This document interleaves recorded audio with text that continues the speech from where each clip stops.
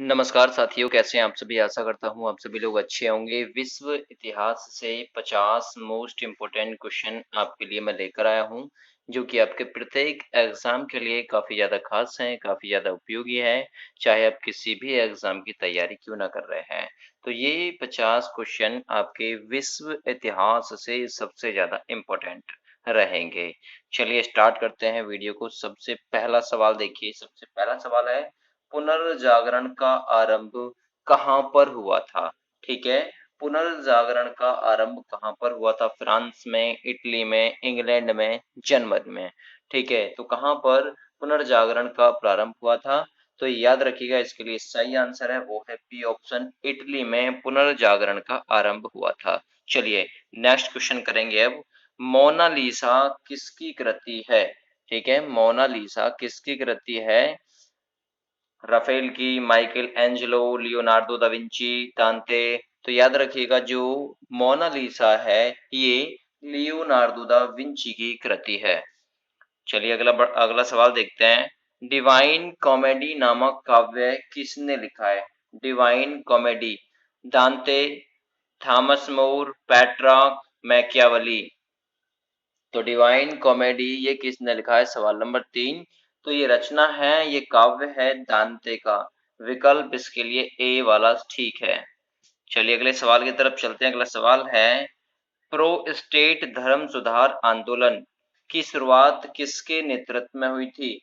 तो pro state धर्म सुधार आंदोलन की शुरुआत किसके नेतृत्व में हुई थी? याद रखिएगा, तो ये हुई थी मार्टिन लूथर के नेतृत्व में। विकल्प सी सही है। अगला सवाल, भारत की खोज सर्वप्रथम किस यूरोपीय यात्री ने की थी? हेनरी कोलंबस, मैकलगन या फिर वास्को डी गामा। सवाल नंबर 5। तो भारत की खोज जिस यूरोपीय यात्री ने की थी उसका नाम था वास्को डी गामा, और 1498 में ये कालीकट बंदरगाह पर उतरा था। अगला सवाल, वास्को डी गामा कहाँ का निवासी था? पुर्तगाल, इटली, फ्रांस, इंग्लैंड। तो सवाल नंबर 6 के लिए सही आंसर रहेगा पुर्तगाल का निवासी था वास्को डी गामा। पुर्तगाल की राजधानी पूछी जाए तो वो लिस्बन है। अगला सवाल, सवाल नंबर 7। कोलंबस कहाँ का निवासी था? कोलंबस जिसने अमेरिका की खोज की थी, तो ये कहाँ का निवासी था कोलंबस? ये इटली का निवासी था। विकल्प बी बिल्कुल इसके लिए सही आंसर हो जाएगा।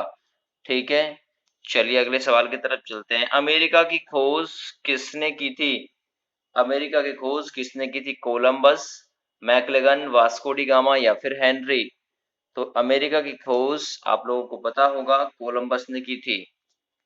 अगला सवाल, किसके नाम पर अमेरिका का नामकरण किया गया? यानी अमेरिका का नाम अमेरिका किसके नाम पर पड़ा? अमेरिगो वेस्पुस्सी, कोलंबस, मैकलेगन या फिर इनमें से कोई नहीं। तो सही आंसर है अमेरिकी गो वेस्पुस्सी, इसके नाम पर ही अमेरिका का नाम अमेरिका पड़ा था। अगला सवाल, सर्वप्रथम किसने संपूर्ण विश्व का चक्कर लगाया था? संपूर्ण विश्व का चक्कर सबसे पहले किसने लगाया था? वो भी समुद्री मार्ग के जरिए। तो वो लगाया था मैकलेगन ने। विकल्प ए ठीक है इनमें से। सवाल नंबर 11। 100 वर्षीय युद्ध किन देशों के मध्य हुआ था? 100 वर्षीय युद्ध पुर्तगाल, Spain, France, Germany, England, France या फिर फ्रांस, स्पेन। तो 100 वर्षीय युद्ध जो हुआ था ना, इंग्लैंड एवं फ्रांस के मध्य हुआ था। अगला सवाल, वास्को डी गामा भारत कब आया था? 1492 में। 1492 में तो कोलंबस ने अमेरिका की खोज की थी। 1498 में तो बिल्कुल सही है, वास्को डी गामा भारत आया था 1498 में। अगला सवाल, वास्को डी गामा सर्वप्रथम भारत के किस स्थान पर पहुंचा था? गोवा, कालीकट, मुंबई, चेन्नई। तो वास्को डी गामा सबसे पहले जो भारत के स्थान पर पहुंचा था उसका नाम था कालीकट बंदरगाह। अगला सवाल, कोलंबस ने अमेरिका की खोज कब की? 1492 ईस्वी में, 1392, 1398 या फिर 1498 ईस्वी में। तो कोलंबस ने अमेरिका की जो खोज की थी 1492 ईस्वी में की थी। अगला सवाल, बोस्टन टी पार्टी की घटना कब हुई? 16 दिसंबर 1773, 16 दिसंबर 1789, 4 जुलाई 1776 या फिर 4 जुलाई 1770। तो बोस्टन टी पार्टी की जो घटना हुई थी ना 16 दिसंबर 1773 को हुई थी। विकल्प ए ठीक है। अगला सवाल करेंगे, बोस्टन टी पार्टी की घटना के नायक कौन थे? सैमुअल एमर्सन या फिर जॉर्ज वॉशिंगटन, थॉमस जेफरसन या फिर जॉन जॉर्ज ग्रेनविल। तो बोस्टन टी पार्टी के नायक थे सैमुअल एमंडसन, यानी कि ए विकल्प सही है। अगला सवाल, अमेरिकी स्वतंत्रता की घोषणा कब की गई थी? यानी अमेरिका को स्वतंत्रता की प्राप्ति कब हुई थी? 4 जुलाई 1783, 4 जुलाई 1776, 3 जुलाई 1789 या फिर 3 जुलाई 1773। तो अमेरिका की जो स्वतंत्रता दिवस सेलिब्रेट किया गया था अमेरिका का, वो 4 जुलाई 1776 को किया गया था। अगला सवाल, पेरिस संधि द्वारा ब्रिटेन ने अमेरिका की स्वतंत्रता को स्वीकार किया था। तो पेरिस की संधि कब हुई थी? सवाल नंबर 18, 1783, 1776, 1789, 1773। तो पेरिस की संधि जो हुई थी ना, ये 1783 में हुई थी। अगला सवाल, अमेरिका का नया संविधान कब लागू हुआ था? 1789, 1786, 1776, 1783। तो अमेरिका का नया संविधान कब लागू हुआ था? ये लागू हुआ था 1789 में। ए विकल्प ठीक है। अगला सवाल, अमेरिकी स्वतंत्रता संग्राम के नायक कौन थे? सवाल number 20, Thomas Jefferson, Samuel Amundsen या फिर जॉर्ज ग्रेनविल या फिर जॉर्ज वॉशिंगटन। तो अमेरिकी स्वतंत्रता संग्राम के नायक थे जॉर्ज वॉशिंगटन। अमेरिकी स्वतंत्रता के नायक हो गए जॉर्ज वॉशिंगटन, और अमेरिकी राजधानी भी वॉशिंगटन डीसी में ही है। फ्रांस की क्रांति कब हुई? 1779, 1776, 1791, 1789।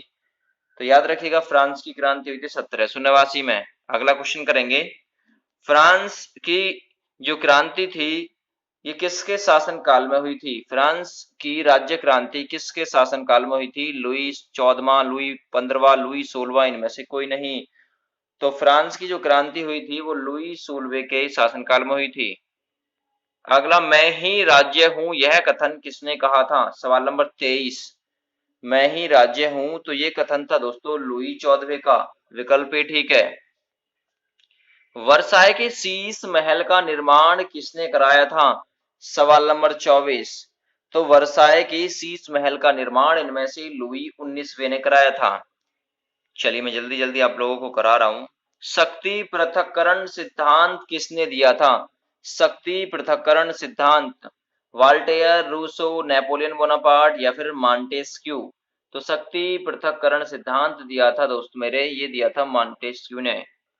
अगला सवाल करेंगे, सवाल नंबर 26, सामाजिक संविदा यानी सोशल कॉन्ट्रैक्ट नामक पुस्तक किसने लिखी थी? Social contract, Rousseau, Montesquieu, Voltaire, इनमें से कोई नहीं। तो ये जो सोशल कॉन्ट्रैक्ट नामक पुस्तक थी ये लिखी थी रूसो ने। विकल्प ए ठीक है। अगला, वाटरलू का युद्ध कब हुआ था? सवाल नंबर 27, वाटरलू का युद्ध कब हुआ था? 1815, 1821, 1813, 1819। तो वाटरलू का जो युद्ध हुआ था ये हुआ था, याद रखिएगा, 1815 में। अगला सवाल करेंगे, फ्रांस में जुलाई क्रांति कब हुई? फ्रांस में जुलाई क्रांति कब हुई? 1815, 1830, 1848, 1813। तो फ्रांस में जो जुलाई क्रांति हुई थी 1830 में हुई थी। अगला सवाल, इंग्लैंड में गृह युद्ध किसके शासनकाल में हुआ था? बहुत ही इंपॉर्टेंट क्वेश्चन। इंग्लैंड में गृह युद्ध किसके शासनकाल में हुआ था? चार्ल्स प्रथम, जेम्स द्वितीय, हेनरी प्रथम, राजा जॉन।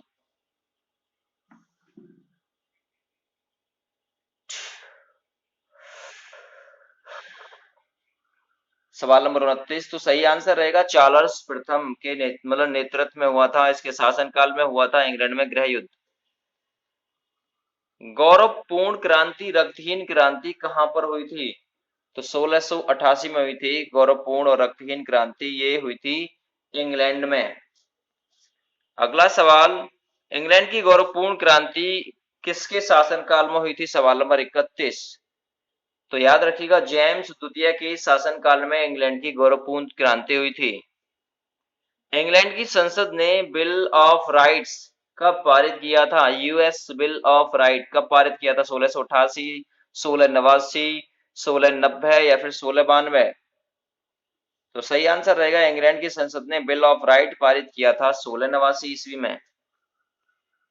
रक्त और लौह की नीति यानी ब्लड एंड आयरन निम्न में से किससे संबंधित है? Napoleon, Hitler, Bismarck, Garibaldi? रक्त और लौह नीति ये किसने लागू कराई थी दोस्तों? ये बिस्मार्क ने लागू कराई थी रक्त और लौह नीति। अगला सवाल करेंगे, यंग इटली नामक संगठन किसने बनाया था? यंग इटली नामक संगठन किसने बनाया था? तो बनाया था दोस्तों मैजिनी ने। अगला सवाल, लाल कुर्ती नामक सेना का गठन किसने किया था? लाल कुर्ती नामक सेना का गठन किसने किया था? तो ये किया था गैरिबाल्डी ने। अगला, इटली का तलवार या फिर इटली को तलवार के दम पर जीता गया था, फिर इटली का तलवार किसे कहा गया है? इटली का तलवार किसे कहा गया है? गैरिबाल्डी, मैज़नी, कैबूर, इनमें से कोई नहीं। तो इटली का तलवार कहा गया है गैरिबाल्डी को। अगला सवाल, सवाल नंबर 37, इटली के एकीकरण का जनक किसको माना जाता है? इटली के एकीकरण का जनक तो माना जाता है, इटली के एकीकरण का जो जनक माना जाता है, ये माना जाता है मेजिनी को। विकल्प इसके लिए सी बिल्कुल सही है। 38 नंबर सवाल, इटली के एकीकरण का पैगंबर किसे कहा जाता है? सवाल नंबर 38। तो इटली के एकीकरण का पैगंबर कहा जाता है मेजिनी को। अगला सवाल, प्रथम विश्व युद्ध की शुरुआत कब हुई थी? तो प्रथम विश्व युद्ध की शुरुआत आप लोगों को पता है 1914 में हुई थी, और 1914 से ये 1918 के बीच हुआ था। अगला सवाल, प्रथम विश्व युद्ध के दौरान धुरी राष्ट्रों का नेतृत्व किसने किया था? तो भाई धुरी राष्ट्रों की तरफ से नेतृत्व किया था जर्मनी ने। अगला सवाल, प्रथम विश्व युद्ध के बाद वर्साय की संधि कब हुई थी?